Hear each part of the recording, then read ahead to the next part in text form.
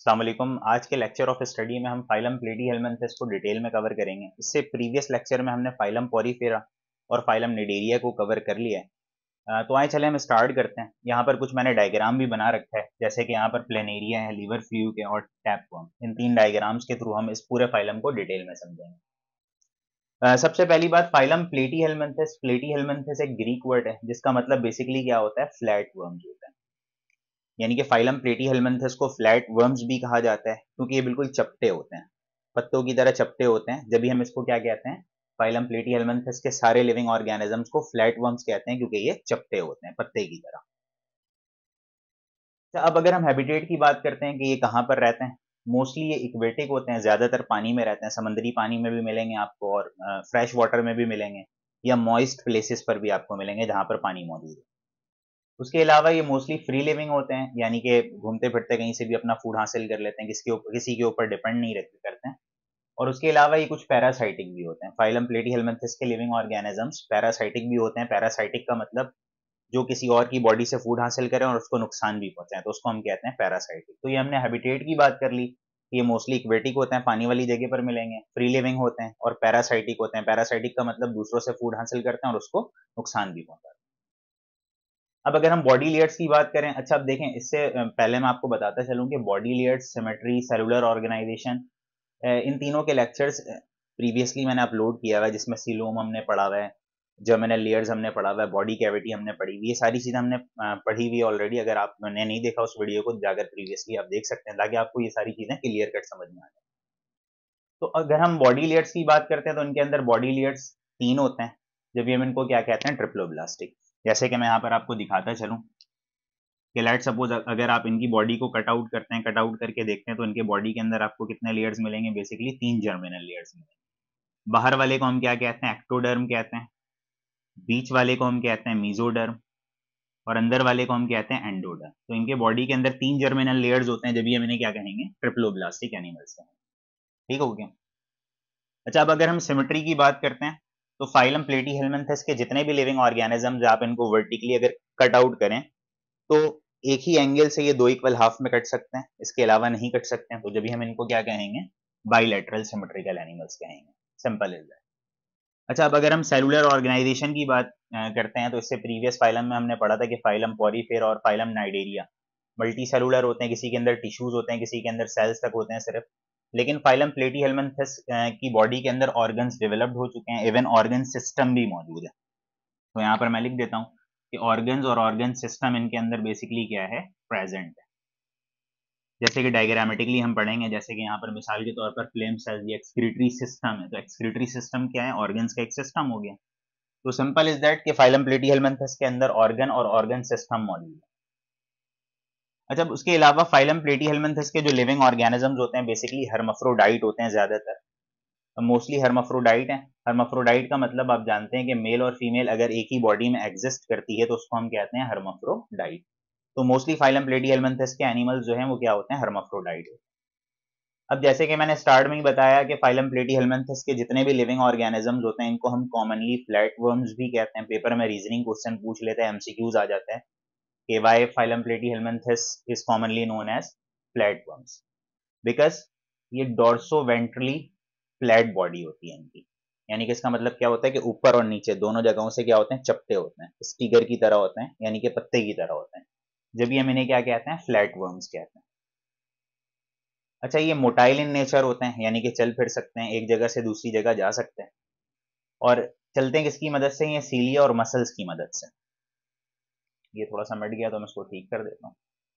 तो ये सीलिया, इनके अंदर छोटे छोटे हेयर लाइक स्ट्रक्चर्स होते हैं। सीलिया, सीलिया की मदद से ये क्या करते हैं, चल फिर सकते हैं। और मसल्स मौजूद होते हैं, जैसे कि आप ऑलरेडी जानते हैं कि मीजोडर्म, ये जो बीच वाला लेयर होता है, मीजोडर्म का काम होता है बेसिकली मसल्स को डेवलप करना। तो फाइलम प्लेटीहेल्मिन्थेस के जितने भी लिविंग ऑर्गेनिजम्स हैं इनमें मसल्स मौजूद है, तो मसल्स के थ्रू भी ये क्या करते हैं, लोकोमोट कर रहे हो। अच्छा, अब उसके अलावा यहाँ पर मैंने लिखा हुआ है हुक्स एंड सकर्स। जैसे कि यहाँ पर मैंने डायग्राम बना रखा है। लेट सपोज ये मैंने कंप्लीट नहीं बनाया है, हाफ डायग्राम बनाया है। इसको हम कहते हैं टैप वर्म। ये कहलाता है टैप वर्म। ये वाला डायग्राम जो मैंने बनाया हुआ है ये लीवर फ्लूक है, और ये क्या है, प्लेनेरिया। यानी कि फाइलम प्लेटीहेल्मिन्थेस के तीन स्पीशीज के डायग्राम मैंने यहाँ पर बनाए। जिसमें से प्लेनेरिया क्या है, फ्री लिविंग है, जबकि लीवर फ्लूक और टैपवर्म ये दोनों क्या हैं, पैरासाइट्स। अब जैसे कि मैं टैपवर्म की एग्जांपल लेता हूं, टैपवर्म क्या एक पैरासाइट है, तो इनके बॉडी के ऊपर वाले हिस्से पर हुक्स मौजूद होते हैं और सकर्स मौजूद होते हैं, जिसकी मदद से ये क्या करते हैं, जैसे कि टैपवर्म हमारे इंटेस्टाइन में मौजूद होते हैं, तो ये हमारे इंटेस्टाइन से चिपका रहता है, हटता नहीं है। तो ये जो अटैच होता है हमारे इंटेस्टाइन से by the help of hook, hook होता है जिसको, हुक को हमारे इंटेस्टाइन से ये इंजेक्ट करके चिपका रहता है हमारे इंटेस्टाइन से। और सकर्स मौजूद होते हैं, सकर्स का भी काम होता है अटैचमेंट में हेल्प करना और सक करना रेडीमेड फूड को हमारे बॉडी से। तो ये बात याद रखिएगा कि फाइलम प्लेटीहेल्मिन्थस के ऑलमोस्ट जितने भी पैरासाइटिक लिविंग ऑर्गेनिजम्स होते हैं, जैसे कि टैपवर्म, उनमें हुक और सकर्स मौजूद होते हैं, जिसका काम होता है अटैचमेंट और रेडीमेड फूड को एब्जॉर्ब करने में हेल्प करना। ना अगर हम बॉडी कैविटी की बात करते हैं, तो फाइलम प्लेटीहेल्मिन्थस के जितने भी लिविंग ऑर्गेनिजम्स होते हैं उनमें बॉडी कैविटी एब्सेंट होती है। अब ये बॉडी कैविटी से रिलेटेड लेक्चर ऑलरेडी मैंने अपलोड किया, तो आप वहां से जाकर देख लेंगे तो आपको क्लियर समझ में आ जाएगा। तो फाइलम प्लेटीहेल्मिन्थस के लिविंग ऑर्गेनिजम्स के अंदर बॉडी कैविटी एब्सेंट होती है, तो ये इट मींस क्या हो गए, एसिलोमेट्स होते हैं बेसिकली। नाउ अगर हम रिप्रोडक्शन की बात करते हैं, तो फाइलम प्लेटीहेल्मिन्थस के लिविंग ऑर्गेनिजम्स के अंदर जो रिप्रोडक्शन है वो एसेक्सुअल रिप्रोडक्शन भी होता है और सेक्सुअल रिप्रोडक्शन भी होता है, जिसको हम एक एक करके देख लेते हैं। अब एसेक्सुअल रिप्रोडक्शन हम इसको कहते हैं, आप ऑलरेडी जानते हैं कि एक ऐसा रिप्रोडक्शन जिसमें सिर्फ एक पेरेंट की इन्वॉल्वमेंट होती है उसे हम क्या कहते हैं, एसेक्सुअल रिप्रोडक्शन। अब एसेक्सुअल रिप्रोडक्शन दो तरीके से होता है इनके बॉडी के अंदर, एक फिजन होता है और एक फ्रेगमेंटेशन। फिजन का मतलब होता है टूटना, यानी कि simple is that, let suppose ये एक प्लेनेरिया है, या आहिस्ता आहिस्ता बीच से अलग हो जाते हैं, अलग होने के बाद दो प्लेन एरिया में कन्वर्ट हो जाते हैं, फिर 2 से 4, 4 से 8, इस तरह ये डिवाइड होते रहते हैं, तो उसको हम क्या कहेंगे, फिजन। अच्छा, फ्रेगमेंटेशन में क्या होता है, जैसे प्लेन एरिया है, इनकी बॉडी छोटे छोटे पीसेज में कट आउट हो जाती है और हर एक पीस न्यू प्लेन एरिया में कन्वर्ट हो जाता है, उसको हम क्या कहेंगे, फ्रेगमेंटेशन। आई होप कि ये एसेक्सुअल रिप्रोडक्शन आपको समझ में आ गया होगा कि व्हाट इज एसेक्सुअल रिप्रोडक्शन, जिसमें एक पेरेंट इन्वॉल्व हो, एसेक्सुअल रिप्रोडक्शन कहलाएगा। इनके अंदर दो तरीके से होती है एसेक्सुअल रिप्रोडक्शन, फिजन और फ्रेगमेंटेशन। फिजन में क्या होता है, एक प्लेन एरिया दो में डिवाइड हो जाता है, फिर 2 से 4 इस तरह ये डिवाइड होते रहते हैं। फ्रेगमेंटेशन का मतलब क्या होता है कि एक ही प्लेन एरिया छोटे छोटे पीसेज में ब्रेकआउट हो जाता है और हर एक पीस एक न्यू प्लेन एरिया में कन्वर्ट हो जाता है, तो उसको हम क्या कहते हैं, बेसिकली फ्रेगमेंटेशन। अच्छा, अब इनके अंदर सेक्सुअल रिप्रोडक्शन जो होता है, सेक्सुअल रिप्रोडक्शन एक ऐसा रिप्रोडक्शन होता है जिसमें कितने पेरेंट की इन्वॉल्वमेंट होती है, दो पेरेंट की इन्वॉल्वमेंट होती है। अब कैसे होता है इसको हम देख लेते हैं। इनमें बेसिकली क्या होता है, मेल गैमेट प्रोड्यूस होता है और फीमेल गैमेट प्रोड्यूस होता है, ठीक है। अच्छा, अब मेल गैमेट और फीमेल गैमेट फ्यूज्ड होता है, इस प्रोसेस को हम कहते हैं फर्टिलाइजेशन। अच्छा, फर्टिलाइजेशन इनके बॉडी के अंदर जो है ना इंटरनल होती है, यानी कि होता है क्या है आमतौर पर, जैसे लेट सपोज एक प्लेनेरिया है, इसके बॉडी के अंदर मेल गैमेट बनता है, मेल गैमेट निकल कर दूसरे प्लेनेरिया की बॉडी के अंदर जाता है, वो कि फीमेल होती है, फीमेल गैमेट प्रोड्यूस करती है। तो मेल गैमेट फीमेल के बॉडी के अंदर जाकर, यानी कि फीमेल गैमेट के साथ फ्यूज्ड होकर फर्टिलाइजेशन हो जाती है। फर्टिलाइजेशन होने के बाद ये किसमें कन्वर्ट हो जाता है, लार्वा, कीड़े जैसी शक्ल में, और फिर ये बॉडी से रिलीज आउट होकर न्यू ऑर्गेनिज्म में कन्वर्ट हो जाता है। तो ये बात याद रखिएगा, इनके अंदर फर्टिलाइजेशन क्या होती है, इंटरनल फर्टिलाइजेशन होती है, यानी कि बॉडी के अंदर फर्टिलाइजेशन होती है। तो इस तरह इनके अंदर सेक्सुअल रिप्रोडक्शन होता है। अच्छा, यहाँ पर एग्जाम्पल ऑलरेडी मैंने आपके बुक की मेंशन की हुई है कि प्लेनेरिया, टैपवर्म और लीवर फ्लूइड, तीनों का डायग्राम भी मैंने बनाया हुआ है और ये एग्जाम्पल भी है फाइलम प्लेटीहेल्मिन्थस की। आई होप कि ये सारे पॉइंट्स आपको क्लियर समझ में आ गए हैं। अच्छा, अब हम थोड़ा सा डायग्रामेटिकली इसके सिस्टम्स को देख लेते हैं और एवोल्यूशनरी एडेप्टेशंस को देख लेते हैं, इनके अंदर क्या क्या क्वालिटीज है। अच्छा, अब देखें, लेट सपोज मैं प्लेनेरिया की बात करता हूँ, ठीक है। अब प्लेनेरिया की बॉडी के अंदर आप देख रहे हैं कि ये रेड कलर के स्ट्रक्चर्स मौजूद हैं। ये रेड कलर का जो स्ट्रक्चर है ना इनका, ये है नर्वस सिस्टम। और आप देख रहे होंगे कि ये जो रेड वाला स्ट्रक्चर है ये इस तरह नजर आ रहा होगा, लैडर लाइक। तो ये बात याद रखिएगा कि इनका जो नर्वस सिस्टम होता है ना वो कैसा होता है, लैडर लाइक। पेपर में एमसीक्यूज भी पूछ लेते हैं कि लैडर लाइक ऑर्गेनाइजेशन जो है नर्वस सिस्टम की वो किसकी होती है, मोस्टली फाइलम प्लेटीहेल्मिन्थस की होती है। और उसके अलावा आप देख रहे हैं कि ये जो नर्व सेल्स हैं, ये नर्व्स हैं, ये ऊपर आकर ये छोटे छोटे स्ट्रक्चर्स में कन्वर्ट हो रहे हैं, यानी कि ऑर्गेनाइज हो रहे हैं, इसको हम क्या कहते हैं, गैंग्लियन।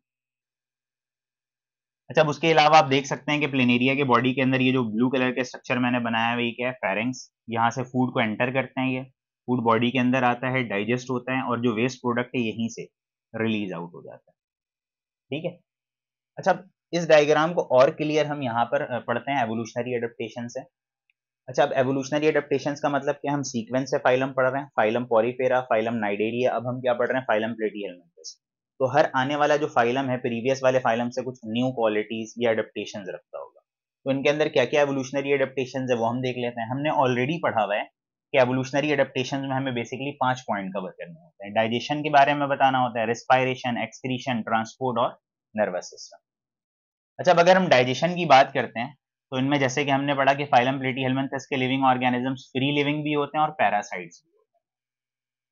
अच्छा, जितने भी पैरासाइट्स होते हैं ना वो दूसरे लिविंग ऑर्गेनिजम्स के बॉडी में रहते हैं, उनमें हुक और सकर्स होते हैं जिसकी मदद से ये रेडीमेड फूड एब्जॉर्ब करते हैं, तो लिहाजा इनके अंदर डाइजेस्टिव सिस्टम एब्सेंट होता है।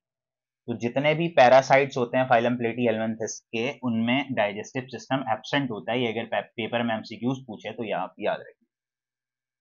जबकि जितने भी फ्री लिविंग है उनके अंदर सैक लाइक डाइजेस्टिव सिस्टम होता है, जैसे कि हमने अभी प्लेनेरिया में पढ़ा कि यहाँ पर एक फेरेंक्स है, फेरेंक्स के बाहर ये एक ओपनिंग है, यहाँ से फूड एंटर होता है, फूड बॉडी के अंदर डाइजेस्ट हुआ, डिस्ट्रीब्यूट हुआ, जो वेस्ट है यहीं से आउट हो जाते हैं, यानी कि एक ही ओपनिंग है जिससे फूड एंटर भी हो रहा है और फूड ये वेस्ट प्रोडक्ट जो है आउट भी हो रहा है। तो इसको हम क्या कहेंगे, सैक लाइक डाइजेस्टिव सिस्टम। तो जितने भी फ्री लिविंग ऑर्गेनिजम्स होते हैं उनके अंदर सैक लाइक डाइजेस्टिव सिस्टम होता है, फाइलम प्लेटिहेल्मिन्थस।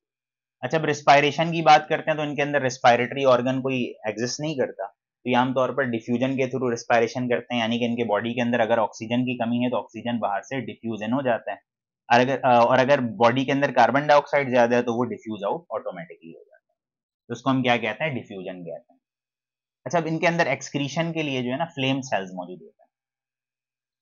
ये जो ग्रीन ग्रीन से सेल्स मैंने बहुत सारे बनाए हैं इसकी साइडों में, इसको हम क्या कहते हैं, फ्लेम सेल। लेट सपोज हम फ्लेम सेल कहते हैं, लेट सपोज हम इसको कट आउट करके बाहर निकाल लेते हैं और निकाल कर जरा डीप स्टडी करते हैं और फ्लेम सेल्स के बारे में अक्सर पेपर में पूछ लेते हैं, तो ये एक मेन टॉपिक है फाइलम से रिलेटेड, तो इसको हम देखते हैं। अच्छा, फ्लेम सेल की अगर आप बात करें ना तो फ्लेम सेल को अगर आप जूम इन करके देखेंगे तो ये इस तरह का आपको स्ट्रक्चर नजर आएगा। ये एक सेल है, इसमें आप देख सकते हैं कि ये मैंने न्यूक्लियस भी बनाया, ये न्यूक्लियस है इसका। अच्छा, फ्लेम सेल के ना साइडों में ना छोटे छोटे से सुराख होते हैं इस तरह से, इन सुराख को हम कहते हैं स्लिट्स। अच्छा, न्यूक्लियस के नीचे आप देख रहे हैं ये रेड कलर के जो स्ट्रक्चर्स हैं ये कहलाते हैं सीलिया।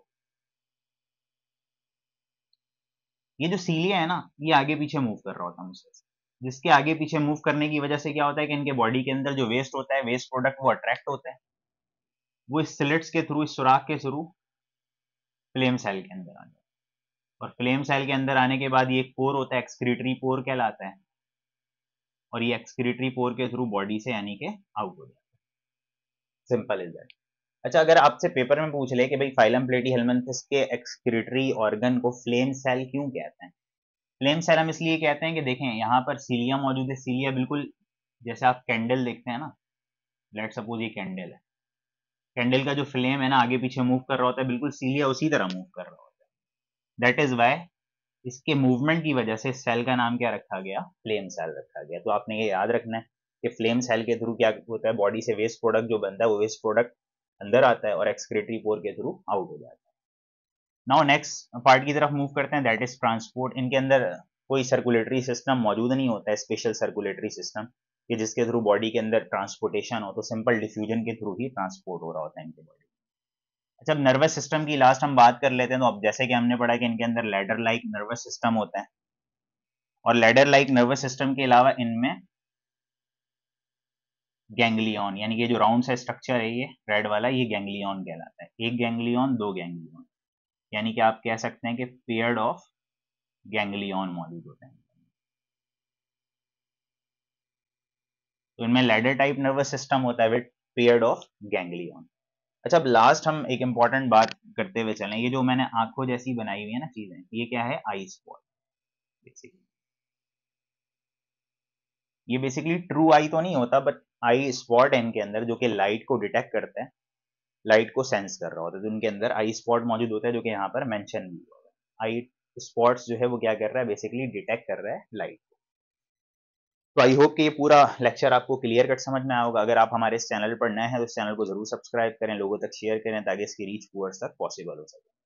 हमारे हर वीडियो के डिस्क्रिप्शन में नोट्स अवेलेबल होता है, अगर आप नोट्स हासिल करना चाहते हैं तो डिस्क्रिप्शन से आप नोट डाउन कर सकते हैं। तो नेक्स्ट लेक्चर तक के लिए इजाजत दें, अपना बड़ा ख्याल रखिएगा। अल्लाह हाफ़िज़।